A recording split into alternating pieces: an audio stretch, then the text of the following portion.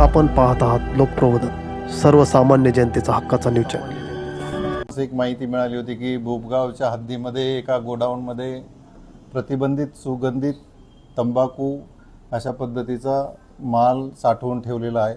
त्या माहितीच्या आधारे माननीय पोलीस उपविभागीय अधिकारी गौड साहेब जवळजवळ 21,70,000पेक्षा जास्त रकमेचा मुद्देमाल जप्त केलेला आहे। सासवड पोलिसांची दमदार कारवाई, लाखांचा प्रतिबंधित सुगंधित तंबाखूचा साठा पकडला। सासवड पोलिसांनी प्रतिबंधित सुगंधित तंबाखूचा साठा असल्याच्या गुप्त माहितीवरून धाड टाकून मोठी कारवाई केली। माननीय पोलीस उपविभागीय अधिकारी गौड साहेब यांच्या मार्गदर्शनाखाली ही कारवाई करण्यात आली। या कारवाईत सुमारे 21,70,000 रुपयांचा मुद्देमाल पकडण्यात आला। पकडलेल्या मालामध्ये ॲक्शन सुगंधी तंबाखू, सिग्नेचर पान मसाला, सम्राट पान मसाला, रत्ना सुगंधी तंबाखूसह विविध प्रतिबंधित तंबाखूजन्य पदार्थांचा समावेश आहे।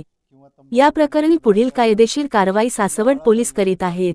लोकप्रबोधन मराठी न्यूज नेटवर्क महाराष्ट्र विभागीय संपादक श्याम जगताप सर, सासवड। अशा पद्धतीचा पदार्थ जे की युवकांच्या आयुष्याशी घातक आहेत याच्यावर आपण अंकुश लावण्याचा जास्तीत जास्त प्रयत्न करणार आहोत।